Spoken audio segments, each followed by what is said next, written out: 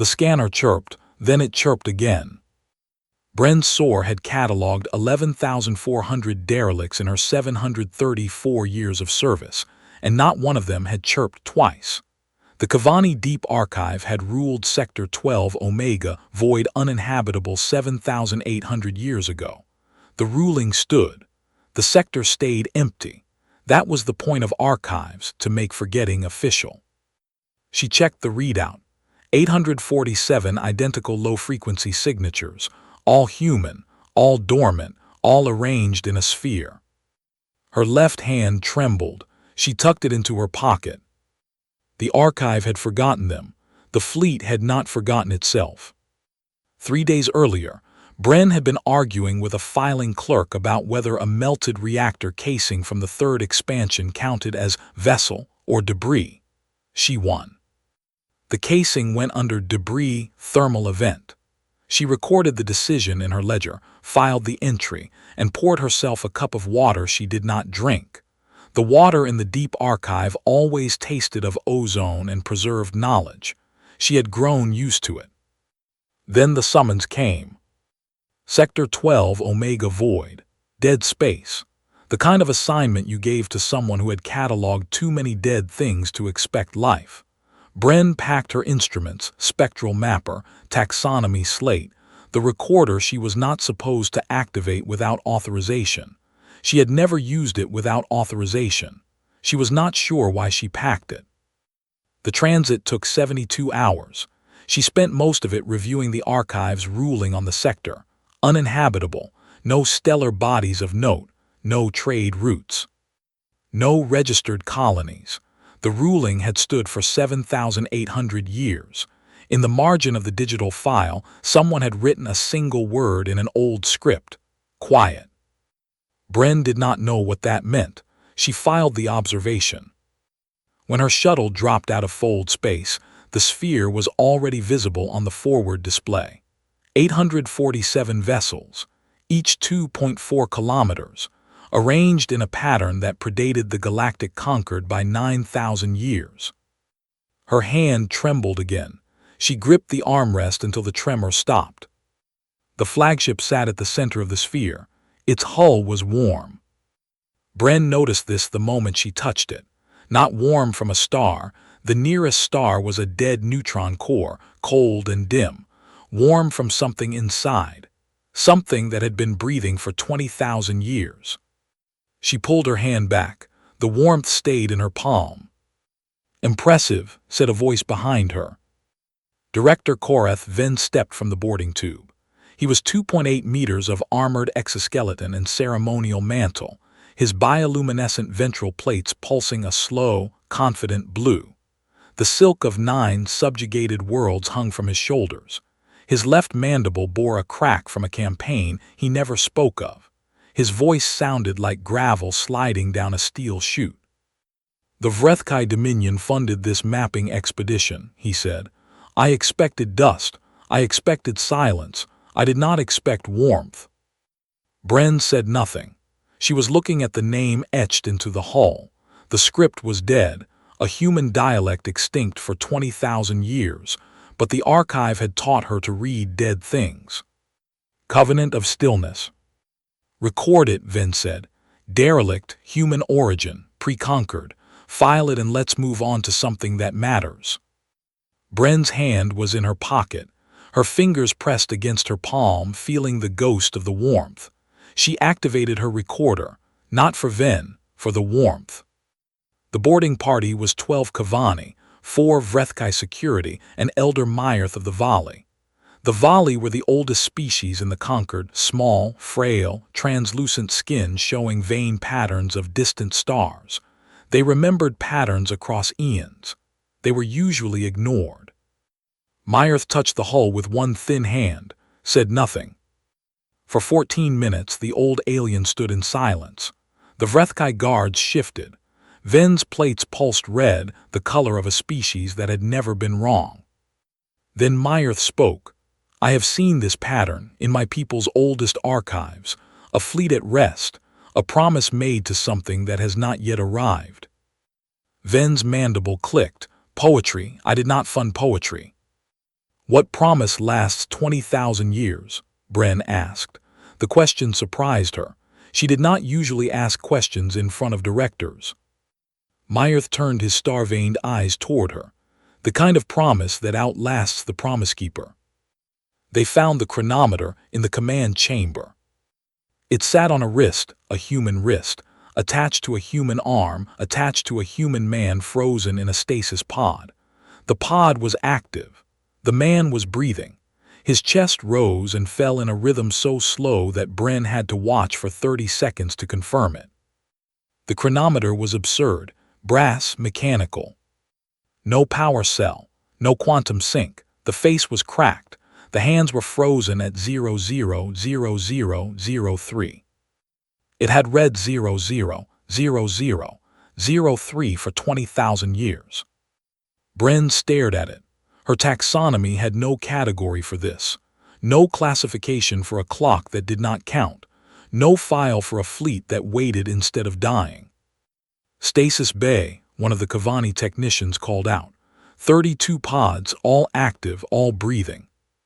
Ven's plates went dark for a moment, then they blazed red. Wake them. Bren stepped between him and the pod. The stasis system is designed to last, designed to wait. We should study them. I want to hear what a primitive sounds like when he learns his empire is dust. Ven's mandible cracked, the old wound showing. Wake them. That is an order. Bren looked at the man in the pod. At the chronometer on his wrist. At the 000003 that had outlasted empires. She activated her recorder without authorization. The stasis bay was a circle. 32 pods arranged like the hours on a clock that no longer moved. The technicians worked the release sequence. Ven stood at the center, his mantle spread, his plates pulsing with the rhythm of conquest. Bren stood at the edge. Her recorder was running. Her left hand was in her pocket, trembling so hard she could feel her own pulse. The first pod hissed. The seal broke. Mist poured out, cold, smelling of nothing human, nothing she could name. The man inside opened his eyes. He was older than she expected, gray at the temples, lines around his mouth, the kind of face that had made hard decisions long ago. He looked at the ceiling, then he looked at Ven, then he looked at his wrist. He checked the chronometer. It ticked. One single, mechanical tick. The sound of brass gears moving for the first time in 20,000 years. Then he smiled. You're early, he said. The words hung in the air. Ven's plates flickered blue to red to something Bren had never seen before, a pale, uncertain white. The man sat up. His movements were slow, deliberate, the stiffness of muscles that had not moved in 20,000 years. He did not look afraid. He did not look confused. He looked like someone who had expected this moment, who had planned for it, who had been waiting. My name is Commander Elias Vance, he said. His voice was rough, unused, but steady. And you are not who I expected. Ven found his voice. It sounded smaller than before. I am Director Korath Ven of the Vrethkai Dominion. This sector is under my jurisdiction. You are a relic of a dead species, and I demand to know why you have occupied this space for 20,000 years. Vance looked at him for a long moment. Then he laughed, a short, dry sound, more surprised than amused. 20,000 years, he said. Is that all it took? He swung his legs over the side of the pod. His bare feet touched the deck. He stood, wobbled once, caught himself, stood straight. He was shorter than Ven, much shorter, frail by galactic standards, short-lived, primitive. He checked his chronometer again. It ticked a second time. You're early, he repeated. But early is better than late. The galaxy has a habit of being late. Bren stepped forward. She did not mean to. Her feet moved without her permission. What were you waiting for? Vance turned to her. His eyes were blue, a color rare among the conquered species, something from old Earth. He looked at her recorder, at her pocket where her hand still trembled, at her face. For someone who asks the right question, he said, Most people don't. Most people see 847 ships and ask how many guns, or how much territory, or who we conquered on the way here. He paused. You asked what we were waiting for. That's the right question. Ven's mandible clicked, the cracked one, the tell he could not control. I asked why you occupied this space. That is the only question that matters. No, Vance said. You asked who you could conquer. That's always the question your kind asks first. We learned that 20,000 years ago. That's why we built the Covenant. He walked to the viewport. The sphere of 847 ships hung in the dark, each one a silent sentinel, each one warm with the breath of something that had not died. We didn't sleep because we were afraid, Vance said. We slept because we were certain. Bren's recorder caught every word. Her hand had stopped trembling. Ven demanded a full briefing. Vance refused to give one until he had checked the other pods. He moved through the stasis bay like a man walking through his own house, touching each pod, reading each nameplate, nodding to the sleeping faces. All present, he said. All accounted for, the Covenant holds. The Covenant of Stillness, Bren said. That's the name on your hull. Vance smiled at her. You read dead scripts. I cataloged dead things. Not anymore. The words hit her like a physical thing. She felt them in her chest, in the place where she filed classifications and made rulings. Not anymore.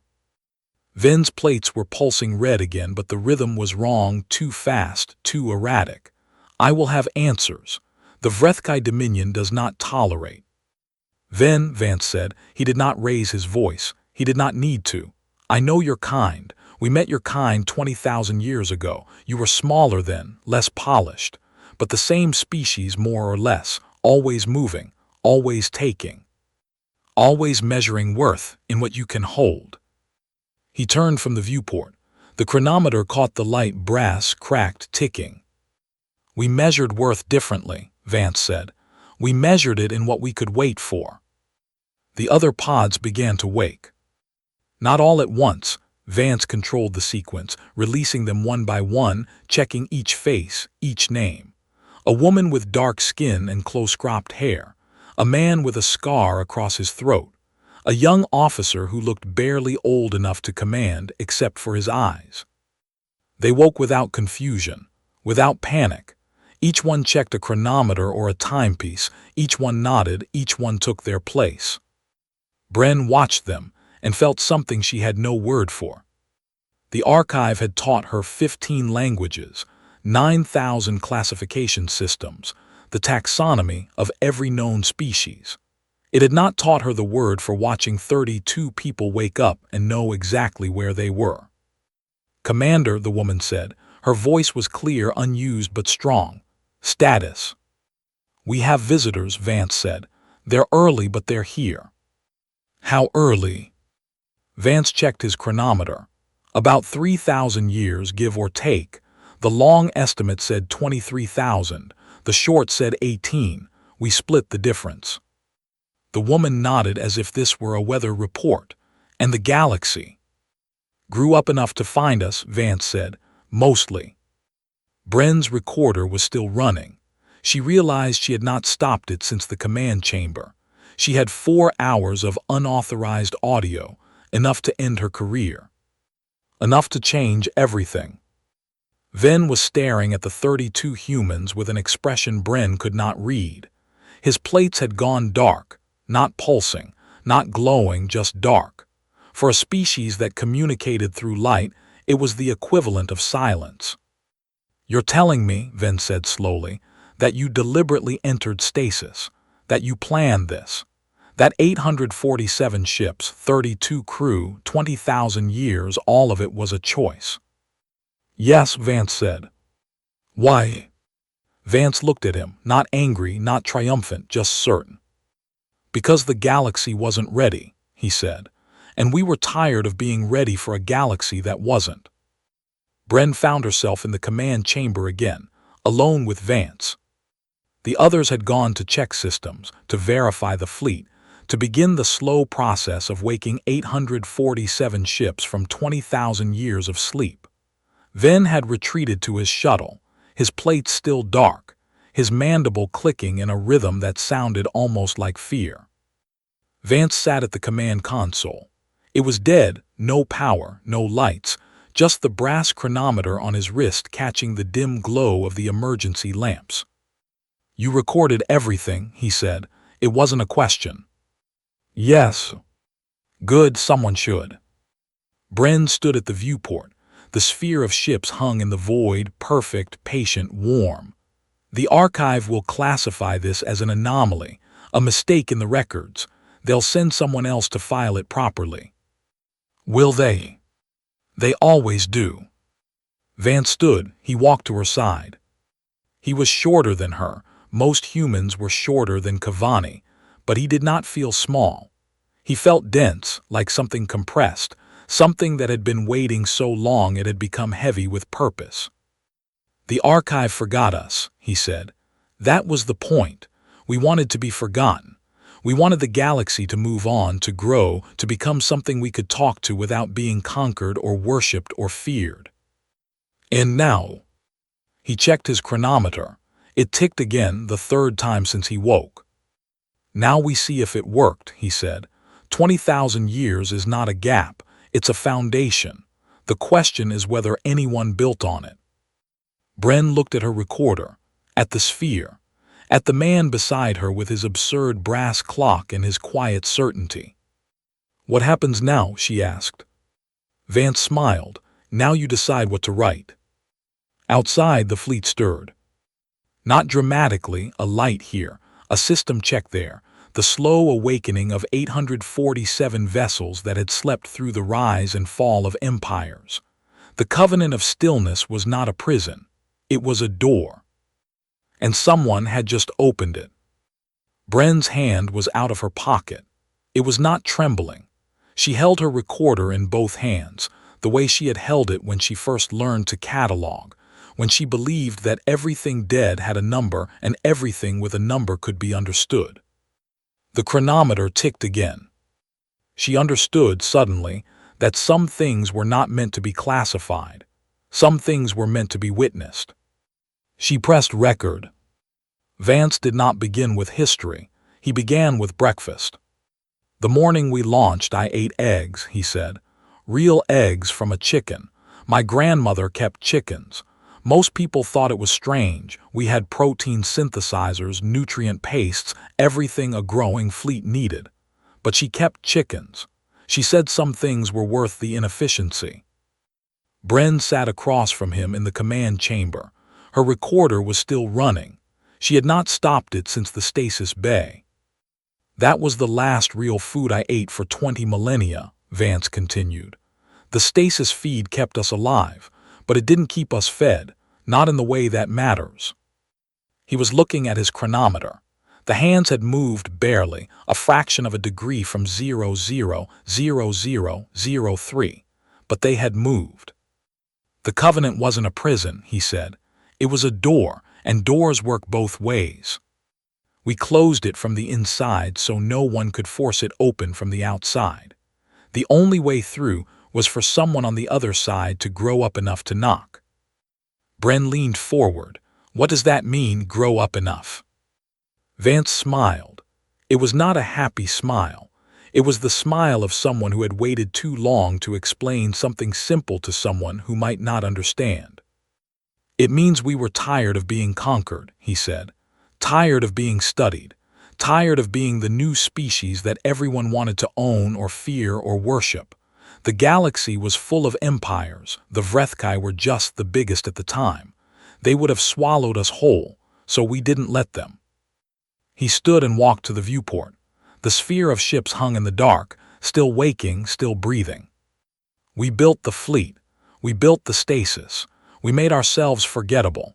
And then we waited for the galaxy to become something we could talk to without being eaten." Bren thought of the archive's ruling. Sector 12, Omega Void. Uninhabitable. The word quiet in the margin.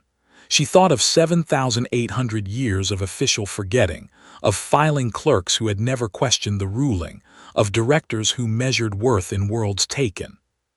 "And if no one came?" she asked. Vance turned from the viewport. His eyes were very blue in the dim light. "Then we would have slept until the stars went out," he said. "Some promises don't have expiration dates. That's what makes them promises." Ven returned after 6 hours. He had changed. Not physically, still 2.8 meters of exoskeleton and conquered silk, still the cracked mandible, still the voice like gravel. But his plates were dim, pulsing a slow, uncertain amber, and he moved differently. Less like a conqueror, more like a man walking through a house he had just learned was not his. "I have reviewed the preliminary data," he said. His voice was quieter than before. "The stasis technology is beyond anything in the conquered records. The power systems are self-sustaining. The hull composition," he stopped. His mandible clicked. "The hull is warm." "We noticed," Vance said. He had not moved from the viewport. "I want to know how," Vance said. "I want to know the engineering, the physics." He stopped again. His plates flickered red, then amber, then dark. "I want to know why you are not afraid." Vance looked at him. For a long moment neither spoke. Then Vance held up his wrist. The chronometer caught the light, brass, cracked, absurd. "This was my grandfather's," he said. "He carried it through the first expansion, through the consolidation wars, through the evacuation of Earth. It stopped working when I was a boy. The mainspring broke, something I couldn't fix. I kept it anyway, wore it every day. My crew thought I was sentimental. Maybe I was." He lowered his wrist. "But when we designed the stasis, I asked the engineers to build something into the field, a trigger, a condition. The chronometer would tick when the right people arrived, not when the war ended, not when the empire fell. When the right people arrived." He looked at Bren, then at Ven. "It ticked when she asked what we were waiting for," he said. "It didn't tick when you demanded answers. That tells me everything I need to know about whether the galaxy grew up." Ven's plates went dark, completely dark. For a species that communicated through light, it was the equivalent of a scream. Bren spent the next 12 hours in the archives. Not the Kavani Deep Archive, that was 400 light-years away, a fleet of 2,800 repository vessels orbiting a dead neutron star, corridors smelling of ozone and preserved knowledge. This was the Covenant's archive, a single room, modest, lined with physical books and data crystals, and something she had never seen before: paper. Stacks of it. Yellowed, fragile, covered in handwriting. She touched one page. The ink was faded but legible. A list of names, dates, a record of who had entered stasis and when. "Everyone who joined the Covenant had to write their reason," Vance said. He stood in the doorway watching her. "We called it the Ledger of Certainty. Not everyone could do it. Some people wanted to sleep because they were afraid. We sent them home. Only the certain could stay." Bren turned a page. The handwriting changed, different hands, different styles, some neat, some wild, some barely legible, but all saying the same thing in different words. "I am certain the galaxy will be worth waking for. I am certain patience is not surrender. I am certain that what we build by waiting is stronger than what we build by taking." She found Vance's entry near the back. His handwriting was precise, military, each letter formed with care. "I am certain that the only weapon that never rusts is the one you never have to use." Bren read it twice, then she read it a third time. "You knew," she said. "You knew that waiting would be harder than fighting." "I knew that fighting would be easier," Vance said, "and that easy things are usually wrong." The fleet finished, waking on the second day. Not all at once. The Covenant was methodical, patient, each ship running diagnostics, each crew member checking systems that had not moved in 20,000 years. But by the end of the second day, 847 vessels hummed with power. Not weapons power, Bren checked, because she was an archivist and archivists check, but life support, communications, the quiet systems of a fleet that had never intended to fight. Vance stood on the flagship's observation deck, watching his ships come alive. The woman with close-cropped hair, Commander Yuki Tanaka, Bren had learned, stood beside him. The man with the scar across his throat, Lieutenant David Akafer, checked a tablet that looked older than some civilizations. "All green," Akafer said. His voice was rough, damaged, but clear.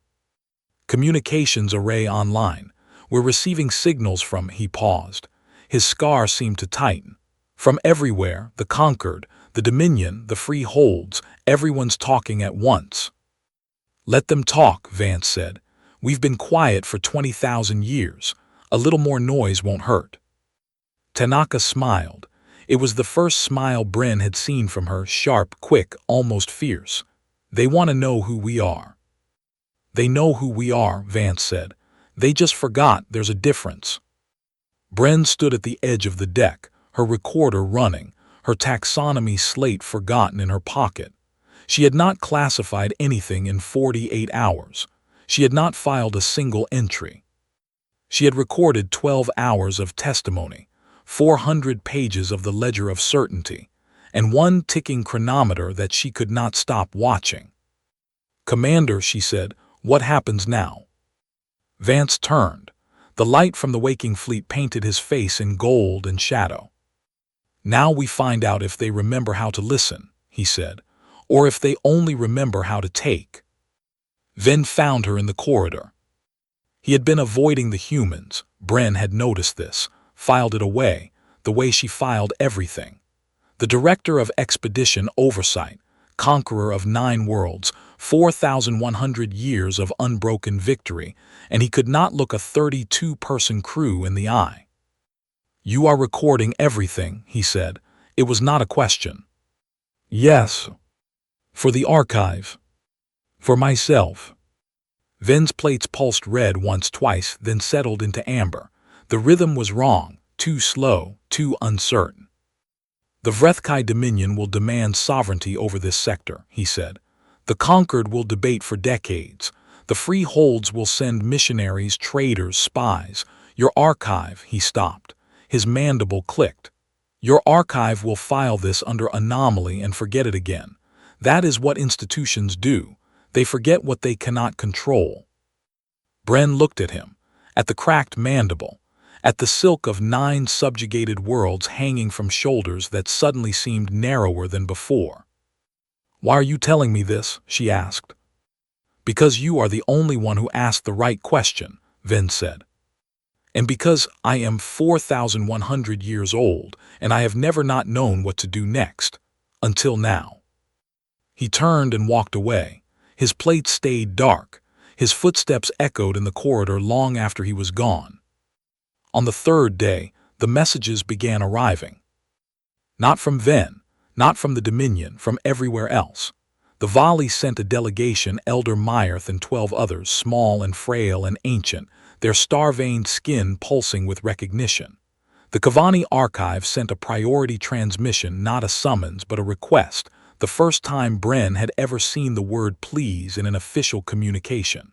The Freehold sent trade proposals. The Conquered sent observers. And the Vrethkai Dominion sent a fleet. 847 ships. Not a coincidence, Bren counted them, because she was an archivist and archivists count. 847 ships, the same number as the Covenant, arranged in a formation that was not a sphere but a wall, a barrier, a statement. Vance watched them arrive from the observation deck. He did not look surprised. He did not look afraid. He checked his chronometer. It ticked the 5th time since he woke. Bren had counted that too. "They think we're a threat," Tanaka said. She stood beside him, her hand resting on a console she did not need to touch. "They think 20,000 years of waiting means we spent 20,000 years preparing to fight." "Do they?" Vance asked. "Don't they?" Vance smiled. It was the same smile he had given Ven, not happy, not triumphant, just certain. "They think we're a threat because they would be a threat," he said. "That's how fear works. You see your own shadow in other people's light." He turned from the viewport. He walked to the communication array. He pressed a single button, old technology, physical, mechanical, and opened a channel to the Dominion fleet.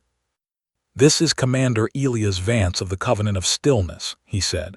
His voice was calm, steady, the voice of a man who had practiced this speech for 20,000 years. "We have been waiting for you. We are not your enemy. We are not your subjects. We are not your relics. We are the people who chose to sleep until the galaxy grew up, and we are here to find out if it did." He paused. The channel stayed open. The Dominion fleet hung in the void. 847 ships of war facing 847 ships of patience, and no one spoke. 20,000 years is not a gap, Vance said. It is a foundation. The question is what you built on it. He closed the channel. He checked his chronometer. The hands had moved again, barely, a fraction, but moving, ticking towards something. Bren's recorder was still running. Her hand was steady. She understood suddenly that she was not writing an archive entry. She was writing history, and history, she was learning, did not fit in taxonomy. That night she found the paper. Not in the ledger of certainty. She had read every page of that, 400 entries, 400 certainties. This was different. A single sheet, tucked behind a panel in the command chamber, hidden as if someone had wanted it found but not easily. A list, names of species, dates, not human dates, galactic standard, conquered calendar spanning 20,000 years, species that had risen and fallen, empires that had expanded and collapsed, wars, treaties, a record of everything that had happened while the Covenant slept. At the bottom, in Vance's precise handwriting, a single line. "They are not ready. The door stays closed." Bren stared at it. The dates went back 18,000 years. The list was updated regularly, carefully. Someone had been maintaining this record while in stasis. But how? The stasis field preserved life. It did not allow for research, for observation, for judgment. Unless the Covenant was not as still as its name suggested. She found Vance in the stasis bay. He was checking the pods, not the 32 crew pods, but the others. The ones she had not counted. The ones that lined the walls in rows of hundreds, thousands, a city of sleepers stretching into the dark. "How many?" she asked. He did not turn. "At last count 400,000, give or take." "Give or take what?" "Give or take the ones who didn't make it. Stasis isn't perfect. 20 millennia is a long time. Some people—" He stopped. His hand rested on a pod gently, the way someone touches a grave. "Some people wake up early. Some people don't wake up at all." Bren looked at the rows of pods. 400,000 humans, not 32, not a crew, a civilization. A species that had chosen to sleep rather than fight, to wait rather than conquer, and had brought enough of themselves to start again if the waiting paid off. "Why didn't you tell Ven?" she asked. "Because Ven asks how many guns," Vance said. "He doesn't ask how many dreams." He turned to her. The chronometer caught the light brass, cracked, ticking steadily now, the hands moving faster, counting towards something. "The fleet was never just 32 people," he said. "The Covenant was never just a door, it was a seed. We planted ourselves in the dark and waited for spring. And now," he checked the chronometer again, "and now spring is here, or close enough." Bren thought of the archive, of 2,800 repository vessels orbiting a dead neutron star, of filing clerks and taxonomy slates and the word, quiet, in the margin of a 7,800-year-old ruling. She thought of Ven's dark plates, of his 4,100 years of conquest suddenly feeling small, of a man who had never not known what to do next, standing in a corridor with his light gone out. "What happens when they find out?" she asked. "When the Dominion learns you didn't just bring a crew, when the conquered learns you brought a civilization."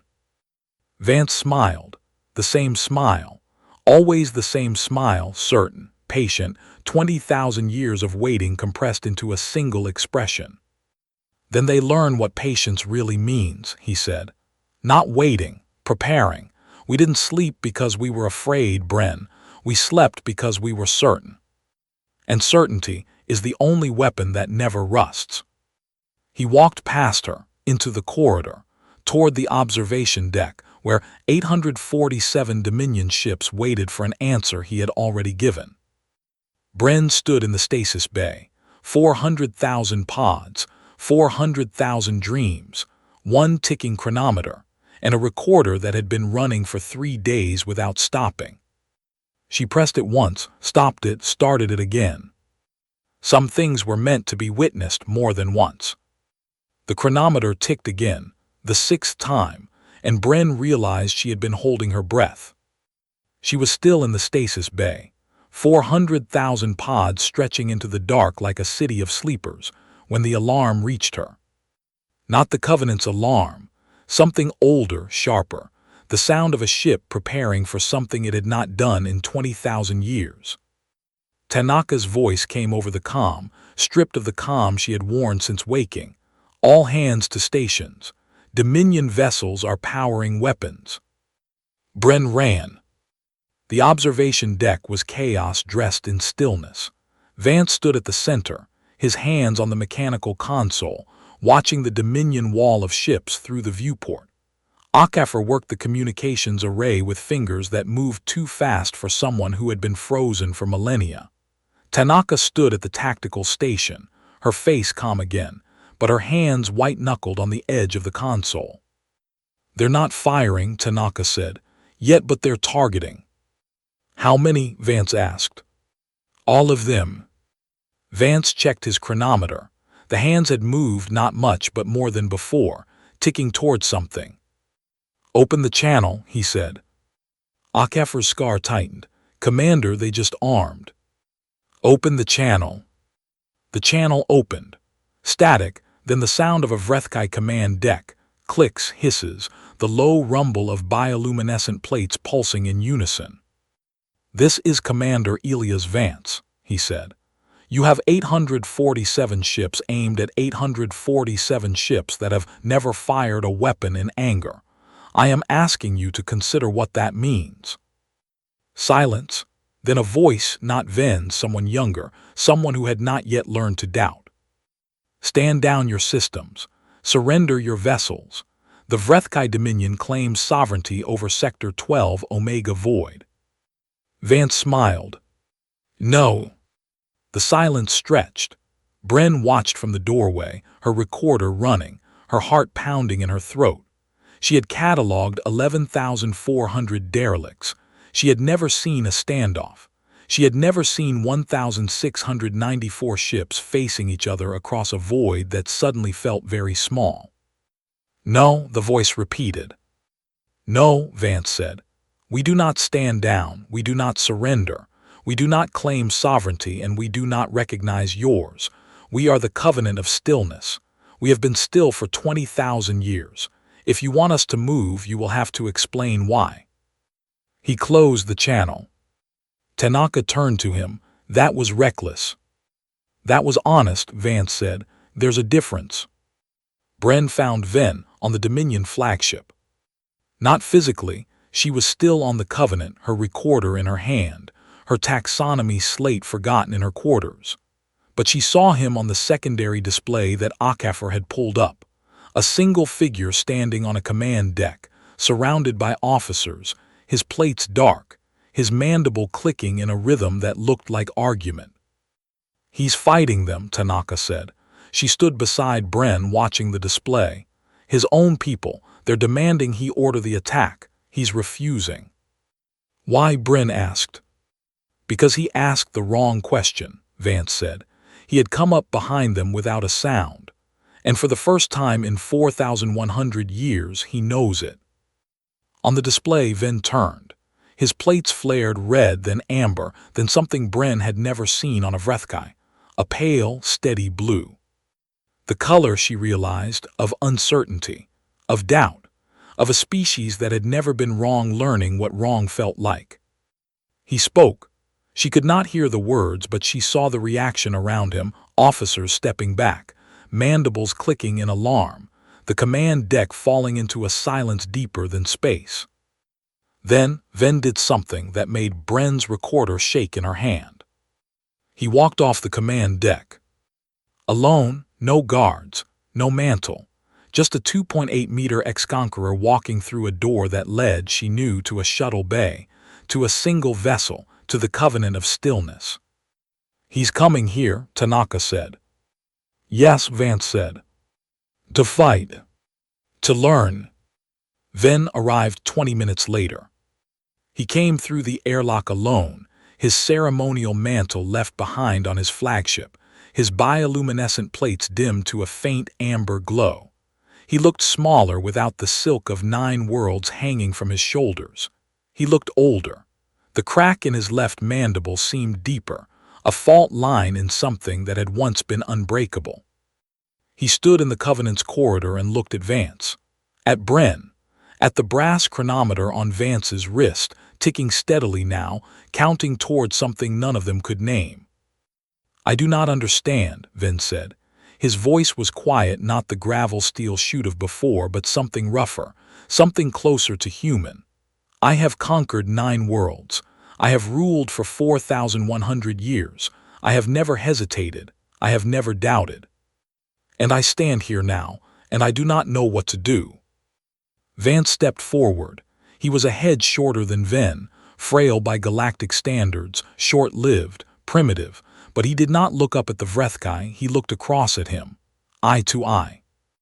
"That's the first honest thing you've said," Vance said. "I came to demand answers, to assert dominion, to—" Ven stopped, his plates flickered, "to prove that I was not afraid, and I am afraid. For the first time in 4,100 years I am afraid of something I cannot conquer." He looked at Bren, at her recorder, at the light on it that showed she was still recording. "You asked what they were waiting for," he said. "I did not understand the question then.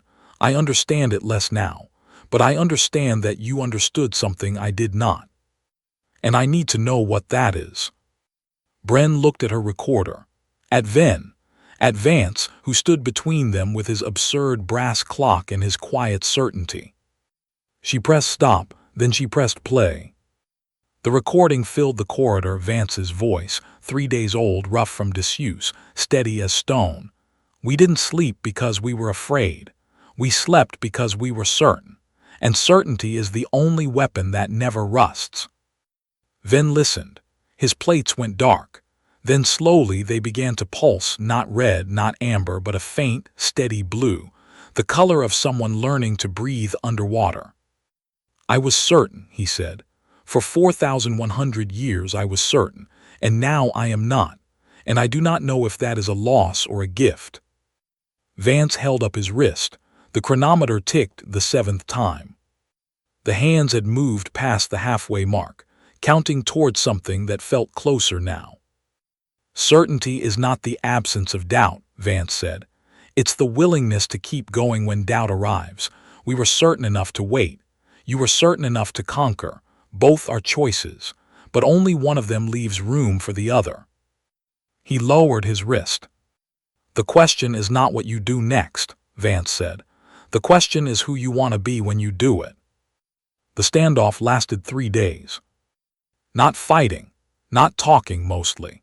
Just waiting, 1,694 ships hanging in the void, 847 of them warm with patience, 847 of them humming with the uncertainty of a commander who had walked away from his own command deck. The conquered sent urgent messages. The freehold sent observers. The Kavani archive sent Bren a priority transmission that consisted of a single word: continue. She did not reply. She was too busy recording. She recorded Ven sitting in the Covenant's mess hall, eating protein paste he did not taste, listening to Akafor explain how the stasis field worked. She recorded Tanaka teaching a Vrethkai officer the rules of a human card game, something called poker, involving bluffing and patience and reading faces. She recorded Myerth of the Volley walking through the stasis bay, his star-veined hands touching pod after pod, whispering something in a language older than the conquered. She recorded Vance checking his chronometer every hour. The hands moved faster now, ticking towards something that felt imminent. On the third day, she asked him, "What is it counting toward?" He smiled. "The moment we stop waiting and start building." "And when is that?" "Soon," he said, "very soon." The answer came from the stars. Not from the Dominion fleet, not from the Concord. From Sector 12 Omega Void itself, the dead neutron star at the center, the one the archive had ruled uninhabitable, the one that had given the sector its name. It began as a flicker, a pulse of light from the neutron star's surface, rhythmic, regular like a heartbeat. Then another. Then a pattern not random, not natural, something encoded, something deliberate. Akefer saw it first. His scar went white. "Commander, the star, it's signaling." Vance was at the viewport before anyone else. He pressed his hand against the glass, human glass, old, imperfect, and watched the neutron star pulse in a rhythm that matched the ticking of his chronometer. "Not signaling," he said. His voice was barely a whisper. "Answering." Bren was beside him, her recorder running, her heart hammering. Answering what? "The Covenant was never just a door," Vance said. He did not look away from the star. "It was a question.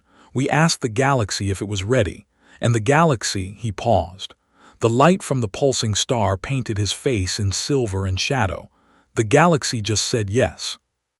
The chronometer ticked the 8th time, loud in the silence. A brass gear moving in a dead sector where nothing was supposed to live. And on the Dominion flagship, 847 Vrethkai officers watched their commander stand on the observation deck, his plates pulsing a steady, uncertain blue, and saw something they had never seen before. A neutron star, answering a question asked 20,000 years ago.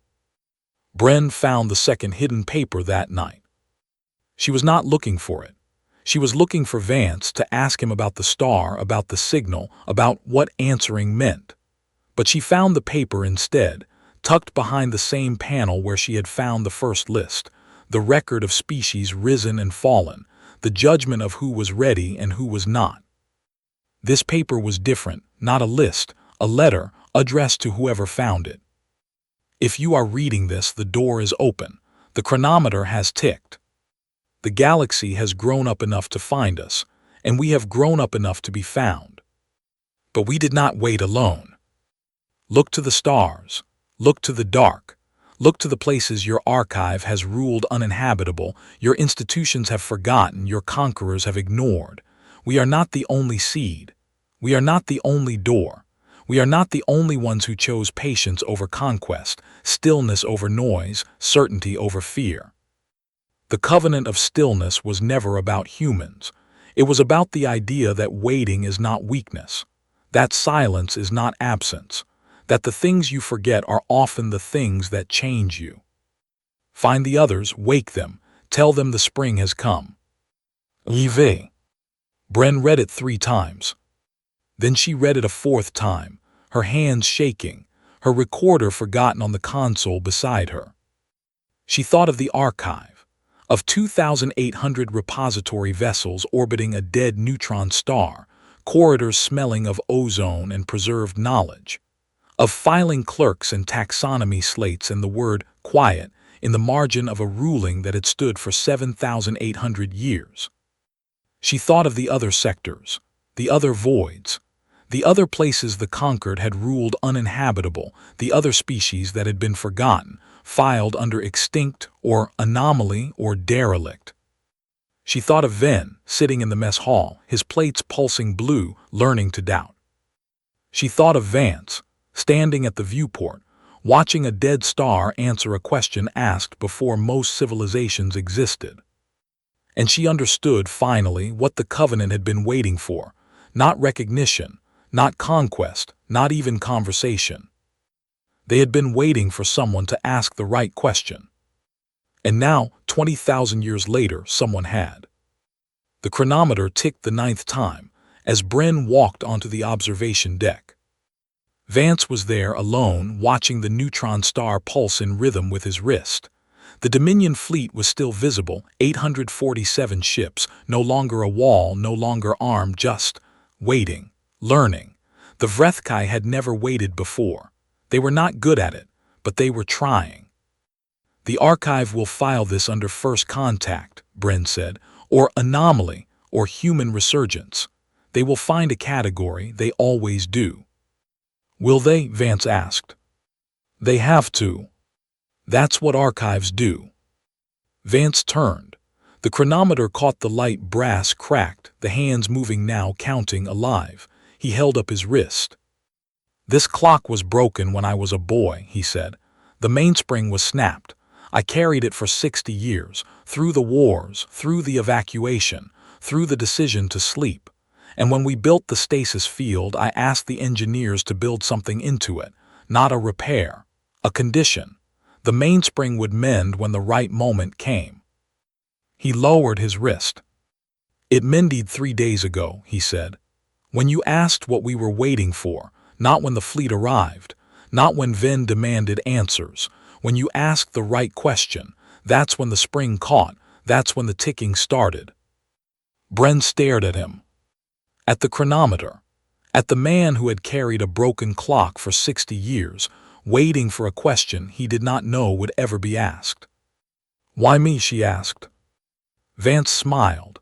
Because you were the only one who didn't want to own us, fear us, or worship us. You just wanted to understand. And understanding is the only key that fits every lock. He turned back to the viewport. The neutron star pulsed. The Dominion fleet waited. The galaxy, Bren realized, was holding its breath, not because it was afraid, but because it was learning. There's one more thing, Vance said. Something I haven't told anyone, not Tanaka, not Akafor, not even the 400,000 sleepers in the bay below. He reached into his pocket, pulled out a small object, brass, mechanical, identical to the one on his wrist. A second chronometer. Its hands were frozen at 000003. Its face was cracked. Its mainspring was still broken. This one, he said, is for whoever asks the next right question, whoever finds the next forgotten seed, whoever learns that patience is not absence but preparation. He held it out to her. Bren looked at the chronometer, at Vance, at the galaxy spread out beyond the viewport, full of voids and dead sectors and archived rulings and forgotten species. She reached out, her hand was steady, her recorder was running. And the chronometer in Vance's palm ticked, once, soft as a heartbeat, the sound of something beginning. Bren's fingers closed around the brass. It was heavier than she expected, cold at first, then warming in her palm like the hull had warmed under her hand. The hands on its face were still frozen at 000003. The mainspring was still broken. But it had ticked once, and that meant it could tick again. Why me? She asked again.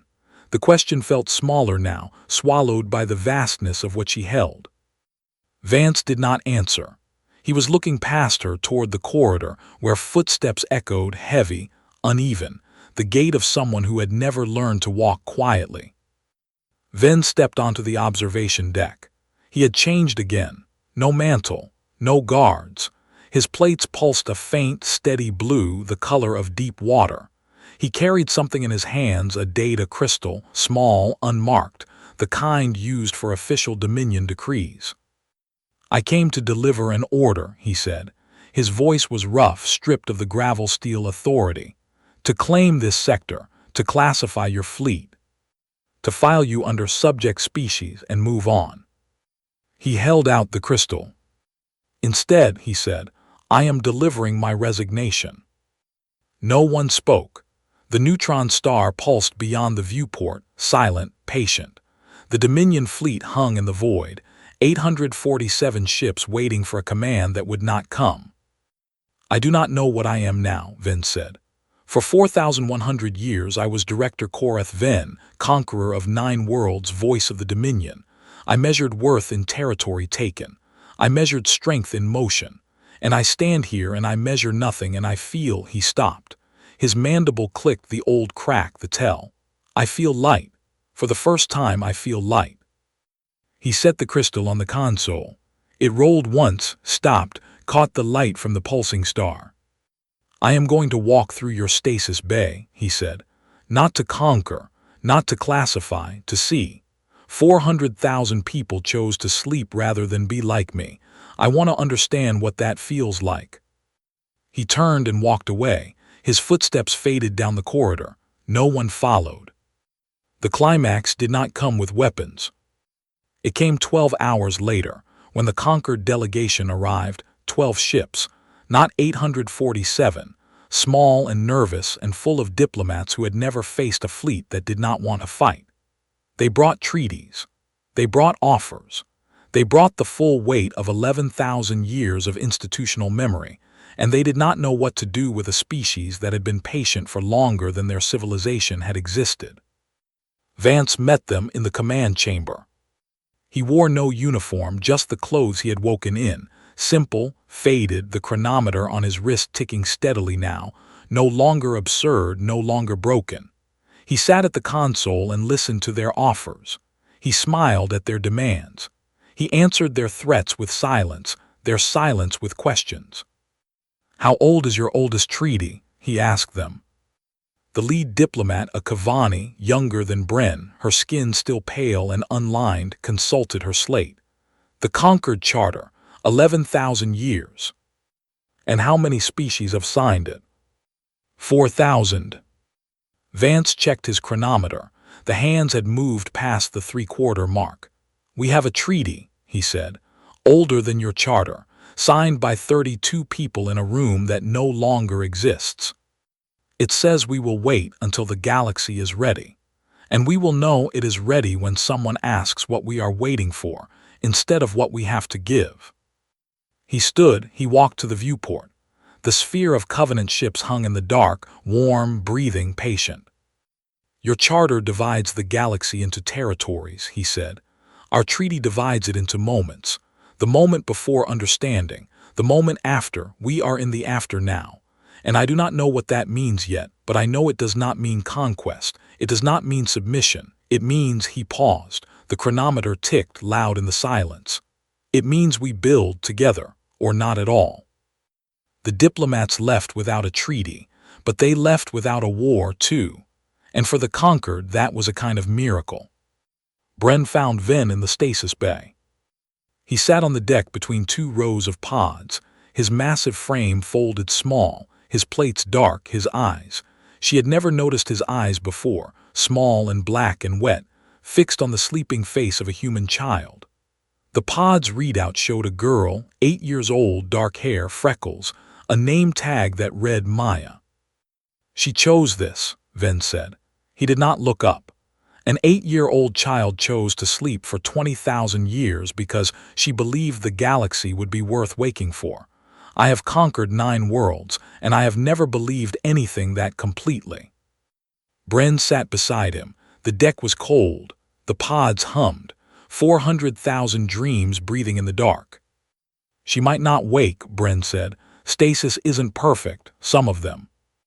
"I know," Ven said. "Vance told me. Some wake early. Some don't wake at all. That is the cost of patience. That is the cost of certainty." He turned to her. His mandible clicked, soft, almost gentle. "I have never paid a cost I did not calculate first. I have never risked something I could not afford to lose, and I have never—" He stopped. His plates flickered, blue to amber to blue. "I have never been certain of anything except my own strength, and now I am not even certain of that." Bren reached into her pocket. Her fingers found the second chronometer, brass, cold, broken. She pulled it out and held it in her palm, next to the recorder that had been running for 4 days. "Neither am I," she said, "and I think that might be the point." The awakening began at dawn. Not a dramatic dawn. There was no sun in Sector 12 Omega Void, just the dead neutron star pulsing its slow, ancient rhythm. But the Covenant called it dawn, and that was enough. Vance stood at the center of the stasis bay, Tanaka at his side, Okafor at the controls. They began with the crew, the 32 who had kept the watch, who had stayed awake long enough to verify the systems, to maintain the records, to judge whether the galaxy was ready. One by one, the pods hissed open. One by one, the sleepers stirred. A woman with silver hair and hands that had once been a surgeon's. A man with a beard down to his chest and eyes that opened clear and sharp. A couple who reached for each other before they were fully awake, their fingers finding each other in the mist. Vance checked each face. He spoke each name. He did not rush. He had waited 20,000 years. He could wait for each person to open their eyes. Bren recorded it all. She did not classify. She did not file. She just recorded the names, the faces, the way each person checked a chronometer or a timepiece or a simple digital watch, the way each one smiled when they saw the hands moving. "Welcome back," Vance said again and again. "Welcome back, the spring has come." She found the paper on the last day. She was packing her instruments, the spectral mapper, the taxonomy slate, the recorder that held 96 hours of testimony, more than she had recorded in the previous 300 years combined. She was not returning to the Kavani Deep Archive. She was not sure where she was going, but she was going. The paper was tucked inside her equipment case, not hidden, placed deliberately where she would find it. A single page, Vance's handwriting, precise, military, each letter formed with care. "The archive forgot us. That was the point, but you remembered, not because you were looking for us, because you were looking for the truth, and the truth does not fit in taxonomy. The chronometer I gave you is broken. It will stay broken until you ask the right question. Not what are they waiting for, you already asked that. The next question, the harder one, the one that comes after understanding.